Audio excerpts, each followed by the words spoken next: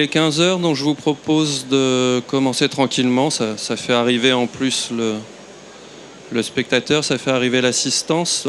Bonjour à tous et bienvenue à cette conférence organisée par l'Agence Qualité Construction et le Centre européen de prévention du risque inondation. Je suis Bertrand Chauvet, je suis délégué régional de l'AQC à Strasbourg et je suis accompagné de Laure Lucadou qui est architecte urbaniste spécialisé dans les risques et je travaille donc au CEPRI. Nous aurons l'occasion un peu plus tard de revenir sur des présentations rapides de nos deux structures, donc nous n'allons pas nous attarder. Je vous propose de rentrer directement dans le vif du sujet et d'explorer ensemble ce que sont les solutions à bénéfices multiples et ce qu'une expérimentation menée du côté de l'Alsace a pu nous apprendre ces 2 dernières années. Je vous laisse la parole, Laure. Merci. Alors on va effectivement vous parler aujourd'hui des solutions à bénéfices multiples. Donc pour ça, on va d'abord présenter nos deux structures. Donc le CEPRI est une association de collectivités créée en 2006 par des collectivités, des élus qui ont voulu s'unir pour réduire le risque d'inondation en France. Le sujet étant relativement complexe, ils ont décidé de créer une équipe technique qui puisse les accompagner sur tout le territoire national. Donc on a plus de 130 membres au CEPRI.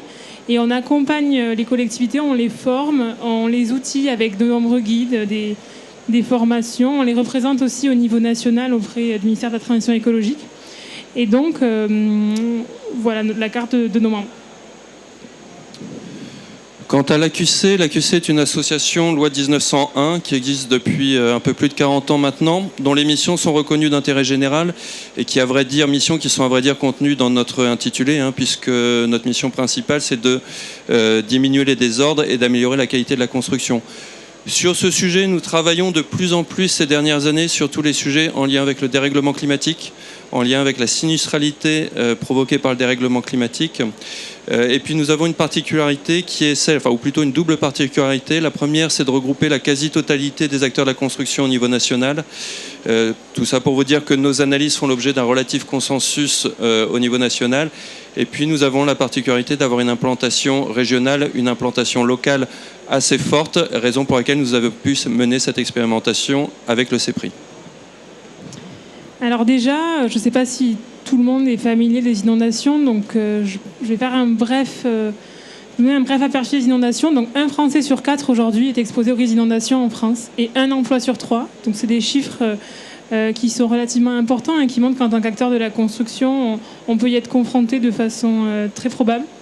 Et donc entre 1995 et 2019, on a eu 14,4 milliards d'euros d'indemnisation et donc on ne parle que des biens assurés liés au risque d'inondation. Donc ça montre un petit peu l'ampleur des risques d'inondation en France et donc avec ces chiffres, l'inondation c'est le risque majeur en France.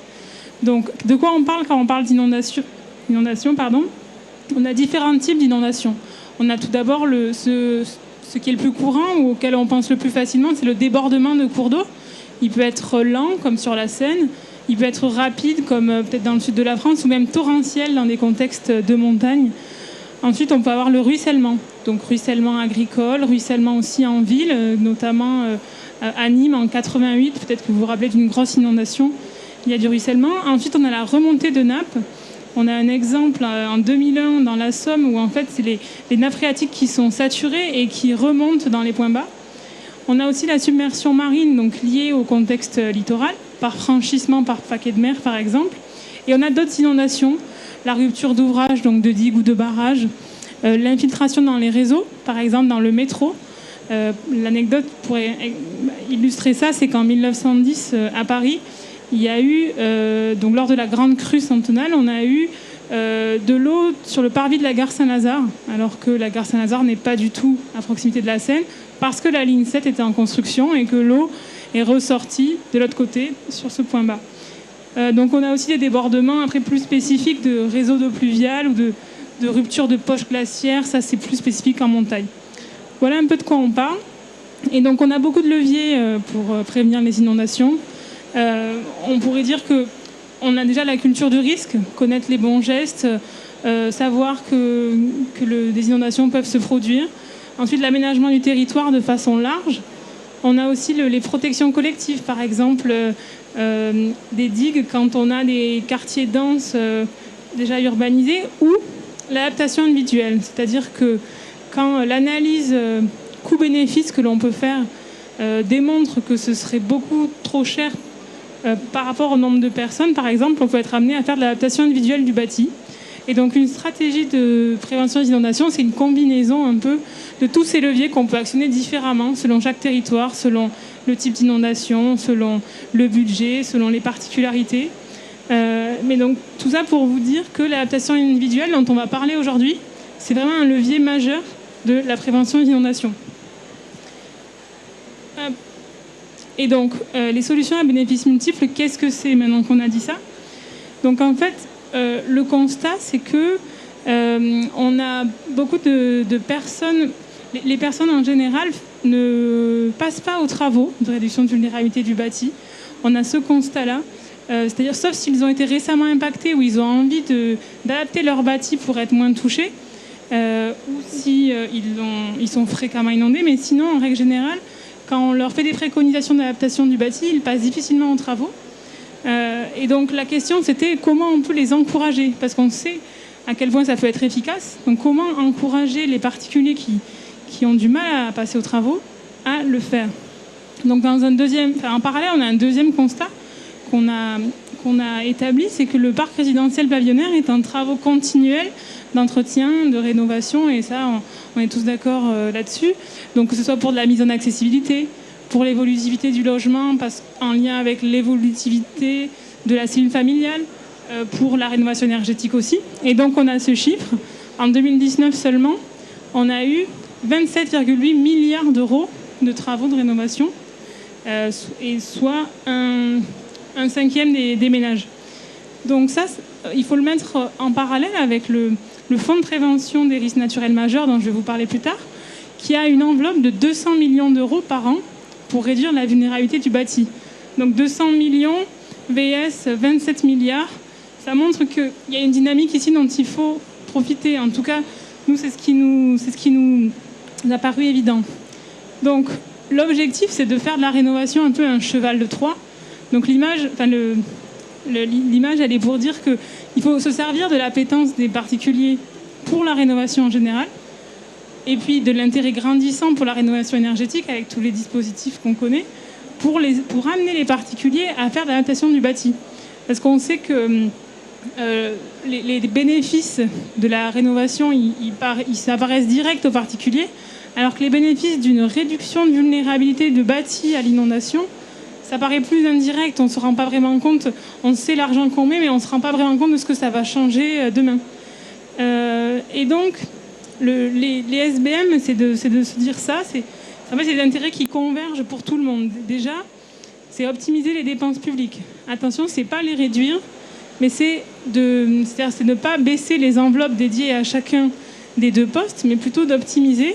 Vous allez comprendre pourquoi. C'est aussi d'optimiser les dépenses des ménages, d'optimiser les travaux, et donc de limiter l'impact chez les particuliers, parce qu'on sait ce que ça coûte d'avoir des travaux pendant plusieurs semaines à répétition chez soi, et puis d'éviter de payer deux fois. Et c'est là que l'optimisation des dépenses, elle s'illustre, c'est-à-dire que en fait, c'est d'éviter des dépenses contre-productives. Par exemple, là on a plusieurs exemples en suivant. Si avec la rénovation énergétique, on change la chaudière, elle est toute neuve, on l'a mise ici dans le garage, et puis en fait, 3 mois plus tard, une inondation, et elle est foutue, il faut tout refaire. Donc les solutions à bénéfices multiples, c'est de se dire on peut faire des actions qui servent à plusieurs choses en même temps. C'est-à-dire qu'on peut améliorer la performance énergétique de son pavillon, et en même temps, on peut réduire sa vulnérabilité face à l'inondation. Et donc là, autre exemple peut-être qu'on peut donner, isolation par extérieur, donc des travaux qui sont plutôt lourds, qui sont plutôt chers. Or, le nombre de fois où on voit des isolations par extérieur qui sont réalisées dans des zones inondables, à proximité immédiate de cours d'eau, sans avoir pris la peine en amont de vérifier que, effectivement, en cas de crue, cette isolation par extérieur ne serait pas abîmée. On a un vrai souci à ce niveau-là, particulièrement quand on essaye de travailler avec des matériaux biosourcés, puisqu'on sait que ce sont des matériaux qui craignent énormément l'humidité. Exactement. Donc, On a d'autres exemples, par exemple les menuiseries extérieures. Si on remplace toutes ces menuiseries extérieures sans prendre en compte que peut-être elles peuvent être inondées et qu'on a des matériaux qui ne sont pas adaptés, eh bien on va refaire, on va devoir remplacer ces menuiseries alors elles auront été posées récemment. Puis on a l'électricité aussi. Si on refait dans le cadre d'une rénovation globale, d'une remise aux normes, on pourrait faire arriver l'électricité par le haut, remonter les prises pour limiter des dommages en cas d'inondation. Donc on a fait un tableau comme ça de toutes les interventions qu'on pourrait grouper et qui, si on ne le fait pas, peuvent être contre-productives et donc démultiplier les coûts pour tout le monde. Et il faut vraiment avoir en tête aujourd'hui qu'il est tout à fait possible d'obtenir des subventions pour une rénovation énergétique d'un de ces bâtiments. Encore une fois, j'y insiste, dans une zone inondable. C'est-à-dire qu'on a deux politiques qui s'ignorent superbement, prévention du risque inondation, rénovation énergétique. Et donc il est tout à fait possible de faire cette rénovation énergétique dans des conditions tout à fait contestables, tout simplement parce qu'à la moindre inondation, en fait, on aura toutes ces subventions qui partiront à l'eau, hein, c'est le cas de le dire. Et donc on a décidé de chercher à étudier comment on pouvait rapprocher les politiques publiques en voyant que justement ça pouvait être contre-productif. Donc il y a eu un premier groupe de travail local qui a été monté à l'échelle du Loiret pour comprendre quelles pouvaient être les attentes des différents acteurs. Et puis un groupe national avec la Fédération française du bâtiment, l'Agence qualité des constructions, le ministère de la transition écologique, la mission risque naturel. Et il a été décidé de faire une expérimentation à l'échelle locale pour impulser un mouvement à l'échelle nationale, puisque il y avait une certaine difficulté à rapprocher les politiques publiques à l'échelle nationale. Donc on s'est dit, on va commencer depuis un territoire et expérimenter le dispositif. Donc, oui, alors le Grand Est, pourquoi le Grand Est a été retenu? Alors Laure l'a très bien dit, hein. D'abord il y avait un sujet au niveau national, il est assez compliqué de faire évoluer des politiques, tout simplement parce que les enjeux sont souvent assez lourds, les acteurs sont nombreux, ils sont multiples, on a des phénomènes de prise de décision qui sont parfois complexes. Donc l'idée de partir au niveau local, c'était déjà simplifier un peu tout ça. Voilà, en se disant, si on arrive à faire avancer des choses au niveau local, même sur un micro-territoire, même sur un périmètre relativement restreint, les enseignements qu'on pourra en tirer nous permettront de remonter les informations et de faire évoluer les politiques au niveau national. Donc ça, c'était le premier point. Le second point, c'est tout simplement que le Grand Est était depuis plusieurs années déjà sensibilisé, et là je parle plus particulièrement des acteurs de la transition énergétique, les acteurs du Grand Est, que ce soit la région, que ce soit les conseillers France Rénov', que ce soit les pôles information énergie, ces acteurs étaient sensibilisés depuis plusieurs années aux enjeux d'adaptation, c'est-à-dire à la nécessité de penser la transition énergétique, donc réduire la production de gaz à effet de serre, mais également penser dès à présent l'adaptation dans la capacité à rendre les bâtiments plus résilients face au dérèglement climatique et aux effets du dérèglement climatique. Donc c'est pour ça qu'on a retenu cette région. Et donc ensuite, il fallait choisir le territoire d'expérimentation précis dans le Grand Est. Et donc là, il y avait plusieurs critères et je vais vous les développer déjà. Il fallait un territoire inscrit dans une démarche PAPI. Donc c'est un programme d'action de prévention des inondations pour que les particuliers puissent bénéficier du fonds de prévention des risques naturels majeurs. Il fallait aussi un territoire suffisamment grand pour avoir des résultats, mais pas trop pour arriver à faire vivre cette expérimentation. Et il fallait aussi une gouvernance relativement simple, avec un nombre d'interlocuteurs restreint. Donc, qu'est-ce que c'est le fonds de prévention des risques naturels majeurs? Donc, il est appelé fonds Barnier, du dit Barnier dont on entend beaucoup parler actuellement. Alors, le fonds Barnier, il peut être mobilisé pour acquérir des biens qui sont exposés aux risques d'inondation, d'un risque d'inondation majeur, ou pour acquérir des biens aussi en cas qui pourraient être sinistrés à plus de 50% par une inondation. Et puis, il peut aussi être mobilisé pour réduire la vulnérabilité du bâti, des particuliers et des entreprises de moins de 20 salariés. Alors, comment on peut en bénéficier? Si on a sa commune qui est dans un périmètre de plan de prévention des risques, PPRI, avec des prescriptions de travaux. Et donc là, on peut avoir des travaux financés à hauteur de 80% par ce fonds, dans la limite de 36 000 €. Et ensuite, le deuxième moyen d'accéder à ce fonds, c'est d'avoir donc une commune qui est dans le périmètre d'un programme d'action de prévention des inondations. Et là, pareil, on peut avoir jusqu'à 80% de financement. Donc c'est relativement important. En précisant peut-être que ces travaux, le financement de ces travaux suppose néanmoins que les particuliers, que les ménages fassent l'avance des travaux, puisque le financement se fera sous forme de remboursement, ce qui n'est pas neutre dans la volonté des acteurs de passer à l'acte des travaux, puisqu'il faut quand même réussir à avoir la trésorerie qui permet de réaliser ces travaux avant de se faire rembourser. Et on peut préciser aussi que pour les entreprises, c'est jusqu'à 40% d'aide de la part de ce fonds. Et donc les programmes d'action de prévention des inondations, qu'est-ce que c'est? Les PAPI, c'est un outil de contractualisation entre l'État et les collectivités, donc porté par les collectivités, qui permet de bénéficier du fonds de prévention des risques naturels majeurs, donc du fonds Barnier, pour faire toutes sortes d'actions, pas que de la réduction du bâti. Donc promouvoir la culture du risque, faire des ouvrages de protection collective, renaturer des cours d'eau, etc. Et on a bien dit que ce fonds, il est environ de 200 millions d'euros chaque année pour toutes ces actions. Et donc, l'objectif, c'est de promouvoir une gestion intégrée des risques sur un bassin cohérent. Et donc, la réduction de vulnérabilité du bâti dont on parle aujourd'hui, elle est identifiée comme un axe bien précis dans ces programmes d'action. Donc, maintenant qu'on a dit ça, on a retenu plusieurs territoires d'expérimentation. Bertrand. Alors, j'ai expliqué tout à l'heure que l'objectif de cette expérimentation n'était pas nécessairement de couvrir un territoire vaste. On s'est aperçu très très rapidement que si on cherchait à couvrir l'ensemble de la région Grand Est, ne serait-ce que pour la rénovation énergétique, on serait sur des systèmes de contractualisation extrêmement complexes entre les collectivités territoriales, entre l'État.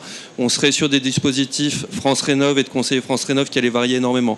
Donc vraiment, nous, ce qu'on a essayé de faire, c'est repérer un territoire sur lequel on avait une grande simplicité, et j'insiste, c'est quelque chose de vraiment rare, une grande simplicité d'intervention, à la fois au niveau de la rénovation énergétique et puis au niveau de la prévention du risque d'inondation.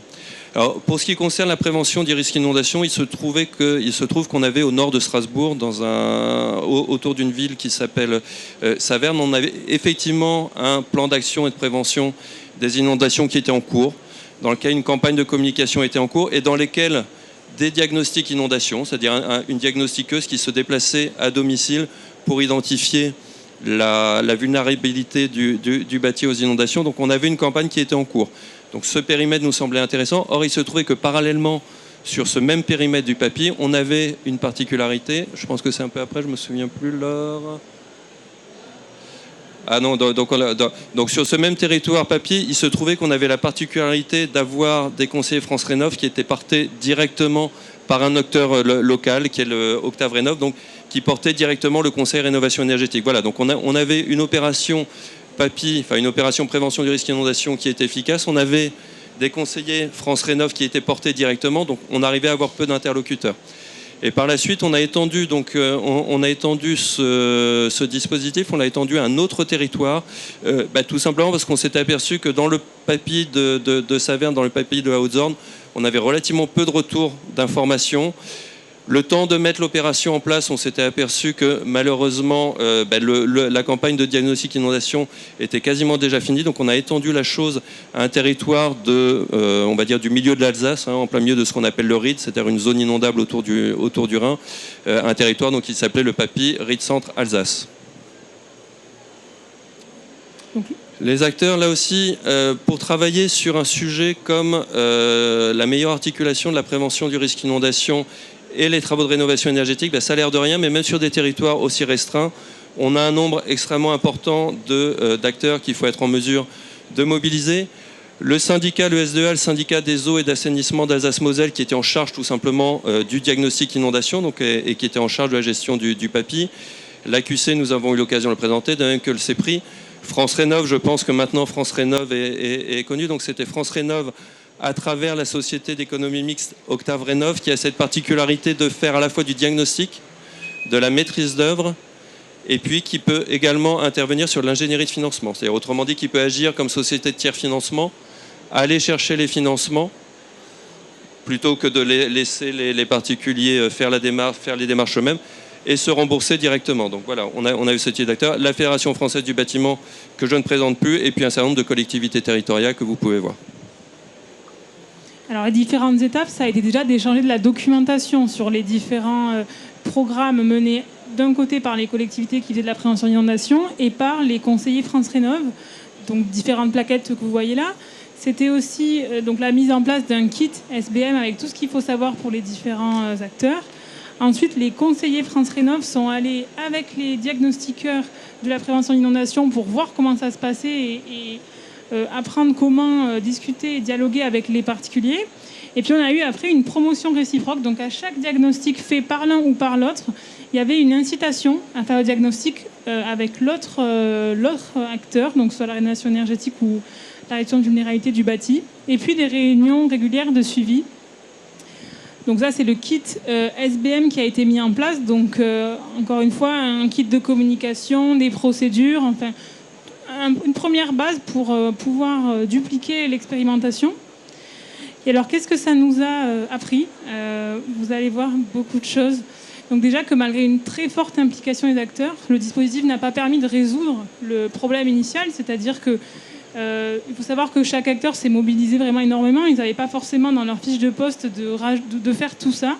On peut même carrément parler de bénévolat, hein, puisqu'encore une fois, on est vraiment sur une expérimentation dans le sens le plus pur du terme. C'est-à-dire qu'aucune directive publique, nationale ou régionale n'incitait ces acteurs à se lancer dans ce type de réflexion sur comment articuler au mieux les travaux du risque inondation et d'amélioration de l'efficacité énergétique. Donc ces acteurs ont vraiment accepté de le faire, j'allais dire sur leur temps libre ou quasiment. Complètement. Ensuite, on s'est bien rendu compte que les deux démarches, elles sont très différentes structurellement. Donc, c'est pas les mêmes modes de financement, c'est pas les mêmes acteurs. Et donc, forcément, les particuliers, ils ont eu du mal à appréhender et à les rapprocher, en fait, vu que tout les sépare. Donc, même certains disaient, je pense que j'aurais peut-être pas d'aide de France Rénov, ou je pense que je suis pas éligible. Enfin, ils n'arrivaient pas forcément à faire le lien. Ensuite, on a eu d'autres difficultés plutôt organisationnelles. Déjà, le fait que, comme le disait Bertrand, on a de fait, même si c'était un territoire avec une gouvernance simplifiée, on a beaucoup d'acteurs. Ceux qui s'occupent de la prévention d'inondation, les conseillers France Rénov, le service France Rénov qui n'est pas toujours porté par le même acteur selon les territoires. Le fait qu'on a aussi les intercos, les communes, ça fait quand même beaucoup de monde. Et il manquait une carte en fait qui récapitule. Dans tel territoire, on peut avoir accès à ce service,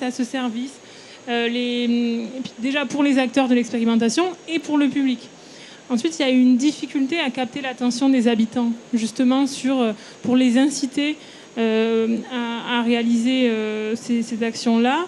Des difficultés de financement aussi, comme Bertrand l'a dit, à la fois il y a le fait qu'on puisse subventionner de 80%, c'est déjà une grande partie, mais il y a un 20% de reste à charge. Et quand on parle de 30 000 € par exemple de travaux, les 20% restants, ils sont conséquents, surtout quand il faut aussi avancer tout le montant des travaux. Donc ça, c'était une vraie difficulté. Et de fait, ça a été une vraie réflexion. Hein. C'est une des raisons pour lesquelles nous avons choisi cette société d'économie mixte, donc, qui avait été mise en place par la région Grand Est.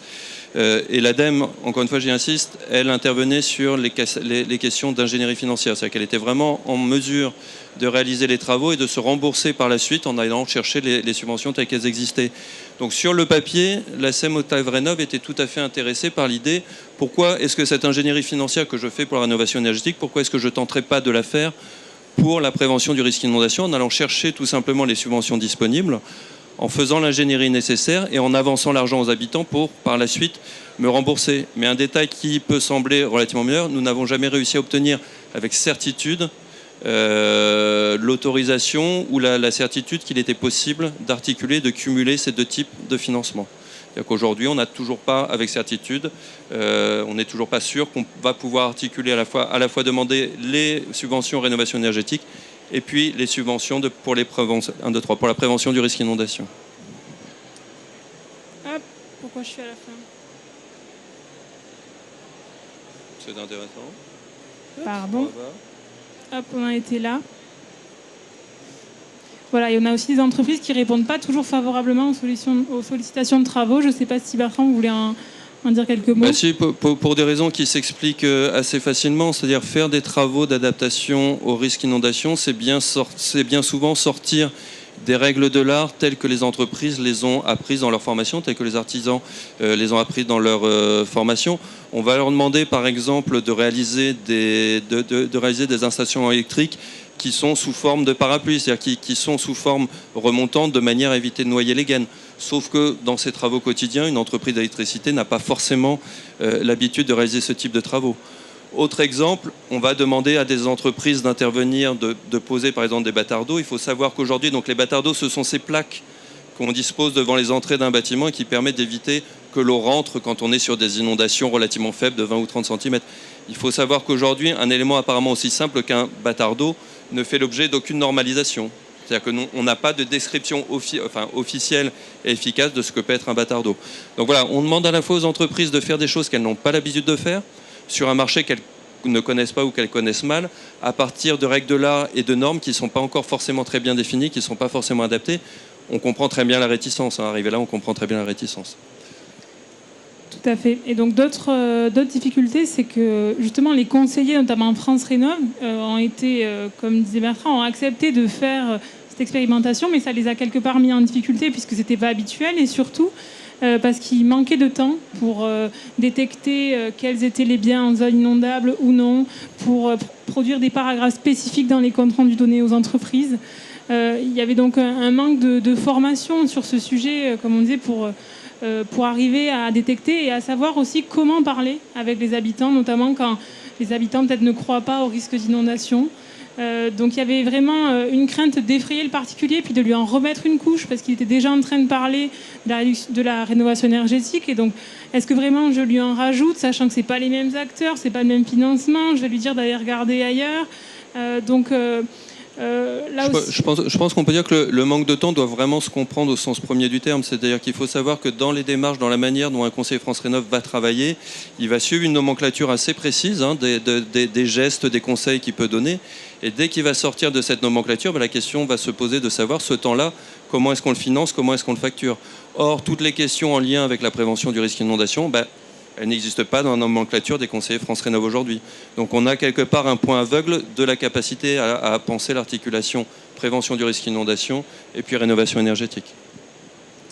Et alors par rapport à tous ces enseignements donc, qui montrent que de toute évidence il faut trouver de nombreuses pistes pour améliorer le système, donc on a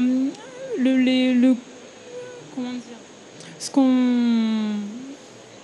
notre bilan nous a montré plusieurs pistes qu'on pouvait poursuivre. Donc déjà, pour faciliter le travail des acteurs locaux, notamment France Rénov, dont on a vu qu'ils avaient des difficultés particulières.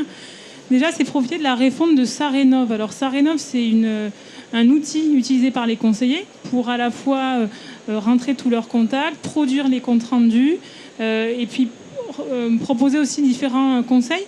Et donc, c'était de profiter de la refonte de cette plateforme pour intégrer automatiquement le résultat de la recherche ERIAL ou Géorisque. Alors ERIAL, c'est un outil mis en place par l'État pour faciliter l'information acquéreur-locataire. L'état des risques obligatoire depuis 2021, si je ne me trompe pas.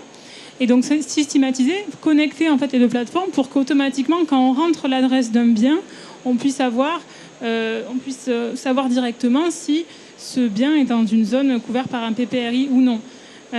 Notamment, et puis ajouter dans le compte rendu aussi une redirection vers l'entité qui a la compétence prévention des inondations, la compétence GEPAMI, et une notice de préconisation. Donc vraiment pour systématiser et pallier au manque de temps des conseillers de France Rénov. Ensuite, on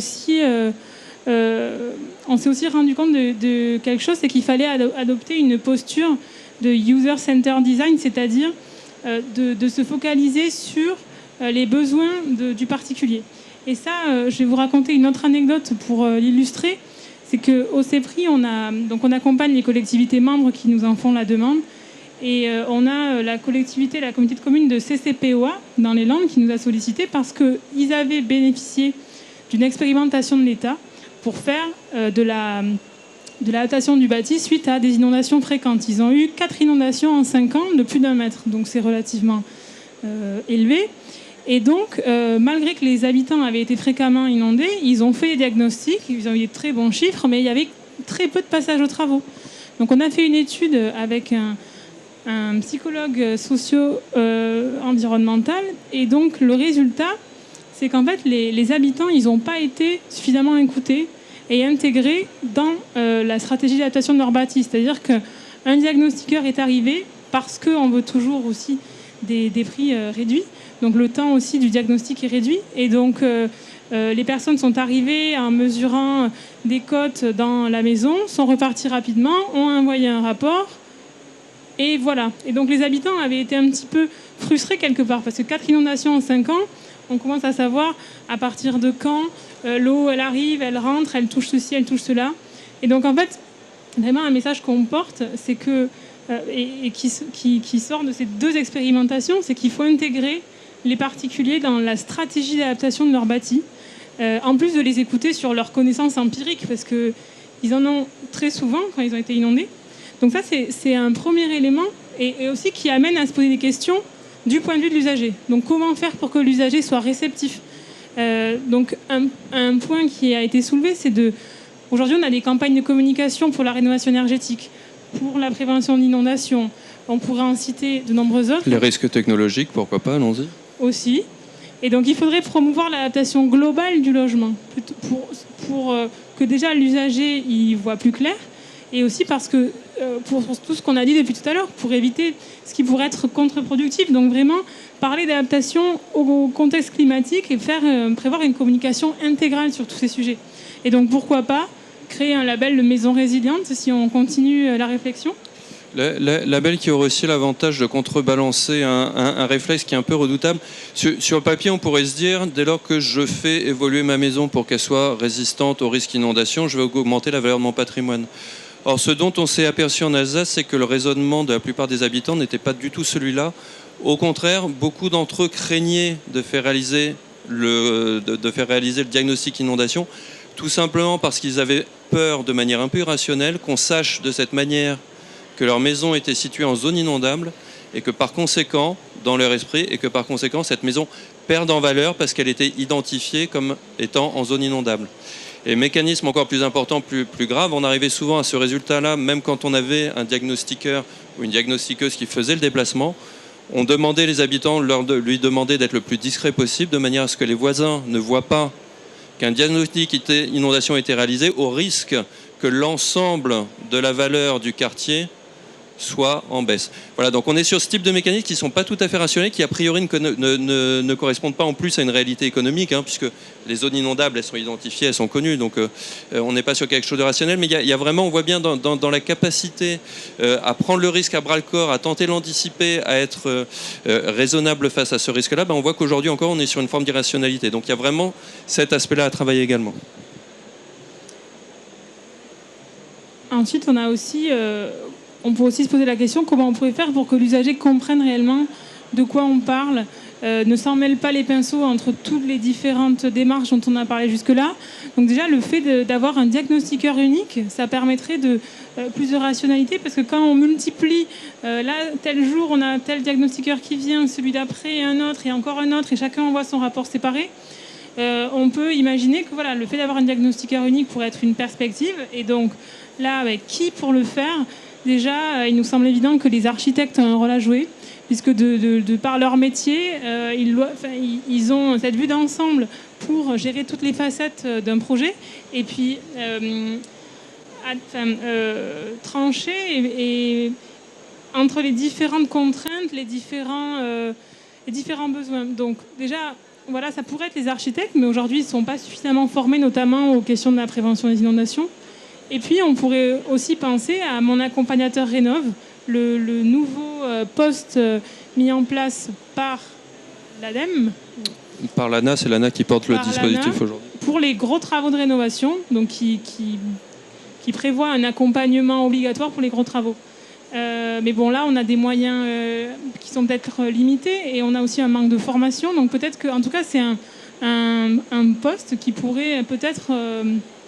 porter ce diagnostic unique.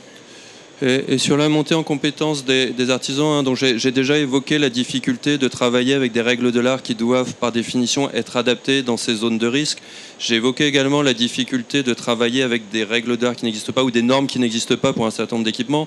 Il me semble qu'il y a aussi un autre aspect, c'est être en mesure d'aider les artisans à identifier, alors j'allais dire quelque part malheureusement, mais à identifier la prévention des risques, donc ici le risque inondation, mais à vrai dire il y a énormément de risques malheureusement qui sont devant nous, les aider à identifier cette adaptation comme un marché d'avenir, comme un marché sur lequel ils peuvent travailler, et donc sur un marché pour lequel ils devraient se former. On va le voir pendant ce salon tout au long de la semaine. Il y a plusieurs conférences sur ce sujet, organisées notamment par les fédérations du bâtiment. Je crois que c'est un vrai sujet. Je crois que les artisans commencent à s'emparer du sujet. Il faut les accompagner, les aider à comprendre qu'il s'agit bien d'un marché d'avenir. Et sur ce sujet, notamment, le CEPRI organise avec la FFB des apéros artisans pour justement sensibiliser les artisans et qu'ils soient de bons conseils sur ces sujets-là et qu'il n'ait plus forcément l'appréhension dont Bertrand parlait tout à l'heure.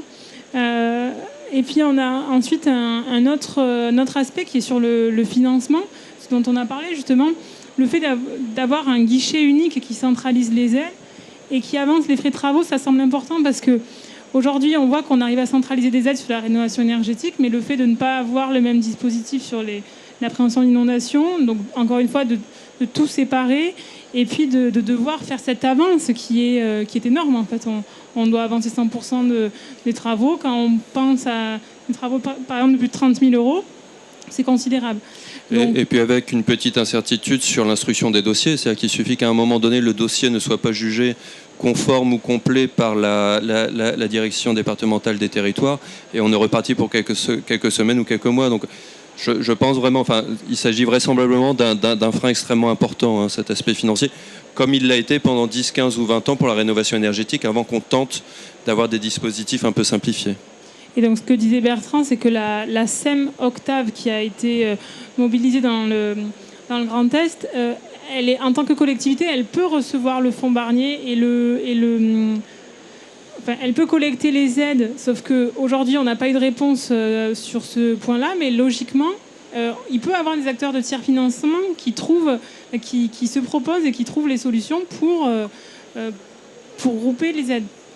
On pourrait alors imaginer des travaux du type de celui-là, c'est-à-dire qu'on pourrait tout à fait imaginer que des fonds d'aide à la rénovation énergétique soient mobilisés pour acheter une nouvelle chaudière plus performante, tandis que parallèlement le fonds Barnier soit mobilisé pour surélever cette chaudière dans le garage, si la chaudière est installée dans le garage ou dans le sous-sol, de manière à ce que cette chaudière ne soit pas immédiatement inondée. Donc on voit bien comment ces travaux pourraient s'articuler de manière extrêmement intelligente, de manière extrêmement pertinente, sauf qu'aujourd'hui, les financements existent, les subventions existent, les organismes existent, mais encore une fois, cette articulation, elle ne se fait pas encore ou elle ne se fait pas correctement. Et donc un autre levier, ça pourrait être de réduire donc le reste à charge dont on a parlé, les 20%. Et pour ça, par exemple, des collectivités prennent la décision de prendre à leur charge les 20% restants pour impulser la réduction de vulnérabilité. Et parce que, comme on l'a vu au tout début, c'est un élément dans une stratégie de prévention d'inondation et un maillon de la chaîne essentiel. Et donc en conclusion, vraiment le message qu'on veut porter, c'est que ça nous semble essentiel d'intégrer plutôt que de juxtaposer, parce qu'on voit ce qui peut se passer justement quand on juxtapose avec de nombreux effets contre-productifs. Tout le monde y est gagnant à justement intégrer, et donc on va essayer de développer d'autres expérimentations. On a plusieurs membres qui sont intéressés à Troyes, Nantes Métropole, le CIMSAGEB ou l'entente Oisem. Donc on va essayer avec les freins qu'on a identifiés, de pouvoir pousser de nouvelles portes, et puis peut-être qu'on pourra vous dire que ça a mieux marché la prochaine fois. Sachant que ça marchera certainement bien, puisque finalement on a réussi à intégrer des éléments de prise en compte, par exemple de la surchauffe dans les bâtiments, dans les réglementations environnementales. Simplement, il a fallu du temps. Là, de la même façon, on y arrivera probablement, mais sur un chemin assez long. Comment, effectivement, nous allons réussir à prendre en compte le risque inondation dans les travaux de rénovation énergétique. Voilà, nous vous remercions pour votre attention, et si vous avez des questions, elles sont bienvenues, naturellement. Profitez-en, on n'est pas très nombreux. Monsieur, je vais vous donner... Ah bah c'est bon. Bonjour, Jean-Yves Benner je travaille avec la CERC, je suis secrétaire général de la Fédération du BTP à la Martinique. En fait, j'avais une question, mais vous y avez répondu, c'était concernant le guichet unique, en fait. Nous, on essaie de faire aussi de l'intégration entre deux dispositifs, donc les dispositifs de rénovation énergétique, avec des dispositifs qui peuvent exister pour le confortement parasismique et paracyclonique des maisons. Donc c'est une problématique qui à un moment donné peut se rejoindre, notamment sur le sujet des menuiseries extérieures, qui sont à la fois un élément de vulnérabilité face au risque cyclonique, et puis un élément important des dispositifs d'économie d'énergie dans les maisons. Donc l'expérience nous intéresse. En tout cas, on travaille avec la QC sur ces questions-là. En tout cas, merci pour votre présentation. Et nous, on pense aussi que la question de guichet unique est centrale parce qu'effectivement, les gens sont perdus, sont complètement perdus. Et puis, la question du reste à charge dans des territoires effectivement socialement contraints est clé parce que sinon, on ne va pas y arriver parce que les gens sont incapables simplement de mettre leur contribution. Voilà, en tout cas, merci. Est-ce que je peux vous demander les freins que vous avez identifiés justement dans la capacité à mettre en place ce guichet unique, qui sont comparables à ceux qu'on a pu voir ensemble ou ils peuvent être d'autres natures ? Oui, alors nos réflexions effectivement rejoignent les vôtres avec parfois des contraintes, je dirais, un peu spécifiques à nos territoires. Mais on peut faire un parallèle complet avec vos réflexions et on est très clairement sur les mêmes sujets et sur les mêmes pistes. Alors nous, on n'est pas au stade de l'expérimentation, mais on souhaite en tout cas convaincre notamment les services de l'État en période budgétaire contrainte d'aller vers cette optimisation de dispositifs. Et c'est une des solutions qu'on essaie d'apporter par rapport à ce qui va nous arriver de restrictions budgétaires qui vont tomber la semaine prochaine. Probablement. Non, mais c'est un vrai sujet. De toute façon, on ne peut pas continuer à fonctionner effectivement sur des travaux qui sont ruinés très rapidement. Donc, que ça soit par des cyclones, que ça soit par les inondations, que ça soit, on est bien d'accord. Est-ce qu'il y a d'autres questions dans la salle ? Profitez-en. Monsieur ? Bonjour, François-Yves Maïf. Je voulais savoir si au cours de vos expérimentations, vous aviez testé les bâtards d'eau et si oui, est-ce que ça marche ou pas ? Tester dans quel sens ? L'éprouver par rapport au risque d'inondation ? Oui, tout à fait, oui. Alors dans ces expérimentations-là, non, mais on a des collectivités qui les ont expérimentées, notamment sous plusieurs formes. Déjà à La Rochelle, où on a un panel de solutions, notamment, déjà comme une digue gonflable sur 800 mètres. Ensuite, on a des bâtards d'eau qui sont montés entre des murs, par exemple, sur le littoral de La Rochelle. On a aussi des bâtards d'eau qui sont ouvrants comme cela. On va voir la semaine prochaine à Agen des bâtards d'eau sur plus de 4 mètres qui vont être montés. Et donc, est-ce que ça marche ? Oui, ça marche. Alors, sous couvert de beaucoup de précautions. Et là, je pense que les collègues de la QC pourront en dire beaucoup. La première d'entre elles étant qu'un bâtard d'eau ne doit pas être installé quand la crue est supérieure à 1 mètre, parce qu'on rentre dans ces cas-là dans des problèmes structurels qui peuvent être potentiellement majeurs pour le bâtiment. Mais comme je vous le disais, le paradoxe, c'est qu'un bâtard d'eau, je veux dire, pour peu qu'on ait voyagé un peu, tout le monde a déjà vu des images de Venise. C'est-à-dire que quand on a une aqua alta, on a effectivement ces bâtards d'eau qui sont mis en place depuis des décennies, voire des siècles. Donc c'est quelque chose qui manifestement fonctionne sur des crues limitées. Mais encore une fois, le paradoxe est là qu'on est sur un objet qui n'est défini par aucune norme, sur laquelle on a peu d'éléments pour avoir une installation qui soit une installation optimale ou optimisée.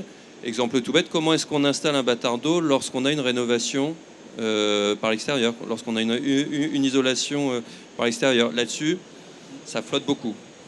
Mais j'avais compris qu'il y avait un travail qui était en cours justement pour définir des normes. Et la FFB travaille sur... La mission risque naturel et la Fédération française du bâtiment travaillent actuellement sur le sujet. Oui, vous pourrez d'ailleurs voir les conclusions de leurs études sur le site de la mission risque naturel. Et ma collègue Virginie, tu as... Oui, je voulais juste rajouter que... Bonjour, Agence Qualité Construction, Virginie Merlin. Donc effectivement, vous avez une étude sur le site de la mission risque naturel qui présente entre autres les caractéristiques nécessaires pour mettre en place un bâtard d'eau. Et la première chose à faire, c'est un diagnostic, puisque le bâtard d'eau ne va servir à rien si par ailleurs vous avez des murs qui laissent quand même passer l'eau, parce que bon, c'est pas jointif, ou l'enduit n'est pas partout, ou il faut mettre des dispositifs, des clapets anti-retour, ça je pense que mes collègues aussi connaissent bien, pour éviter que ça remonte par les canalisations d'évacuation. Donc le bâtard d'eau, oui. Il y a une commission de normalisation aussi qui se met en place, mais c'est pas tout. Voilà, il faut aussi prévoir, avoir une vision globale, et c'est là où effectivement avoir des gens formés comme les architectes peuvent éventuellement être très utiles, puisque ce n'est qu'un moyen, il faut regarder ça aussi dans son ensemble. Merci. Alors, pour finir de répondre à votre question, sur les bâtards d'eau, ça marche, mais ce n'est pas une solution magique, comme l'a dit Virginie. s'il y a des entrées d'eau par ailleurs, le bâtard d'eau ne va rien faire. Si on a une remontée de nappe, on peut avoir bouché la porte, l'eau rentrera par ailleurs. Et puis surtout, nous, ce qu'on dit au CEPRI, donc on va ressortir notre guide sur le bâtiment face à inondation dans le mois qui arrive. On donne des formations et ce qu'on dit toujours, c'est que même si on a la stratégie, donc c'est résister, c'est-à-dire avoir des bâtards d'eau et essayer de limiter les entrées d'eau, en fait, il faut aussi prévoir la stratégie céder, c'est-à-dire où on accepte que l'eau rentre parce qu'on n'a pas d'autre choix. Si on a une crue de 1 mètre qui passe au-dessus du bâtard d'eau de 80, si derrière on s'est dit bon, de toute façon, on va résister, donc il n'y aura pas de dommages. On va être surpris par cette eau et on va avoir des dommages derrière. Donc, nous, on dit qu'il faut toujours coupler la stratégie résister avec la stratégie céder, parce que qui nous dit, quand on a une crue attendue de 60 cm, qu'elle ne va pas arriver à 90 voilà. En tout cas, ce n'est pas une solution magique, mais ça fonctionne dans une stratégie globale, encore une fois. Et ça fait partie de ce qu'on a entendu, de ce qu'on propose sur la montée en compétence des artisans. C'est que certains proposent peut-être des bâtards d'eau parce qu'ils les fabriquent, etc. Mais ça nous semble essentiel de les concevoir dans une stratégie globale, justement. Si on a vendu un bâtard d'eau et qu'on estime que le travail est fini, l'habitant, il va se retrouver avec d'autres entrées d'eau ailleurs et ce ne sera pas complet. Finalement, ce qui est frappant, c'est à quel point les questions de rénovation énergétique et de prévention du risque d'inondation sont comparables. De la même façon, changer des fenêtres, exclusivement des fenêtres dans certains habitats peut se révéler catastrophique du point de vue de la durabilité du bâtiment. On est sur le même type de problématique. Est-ce que nous avons d'autres questions dans la salle ? Alors, il ne reste plus encore une fois qu'à vous remercier pour votre attention. Et puis nous allons laisser la parole aux intervenants suivants. Merci encore et bon après-midi. Merci beaucoup.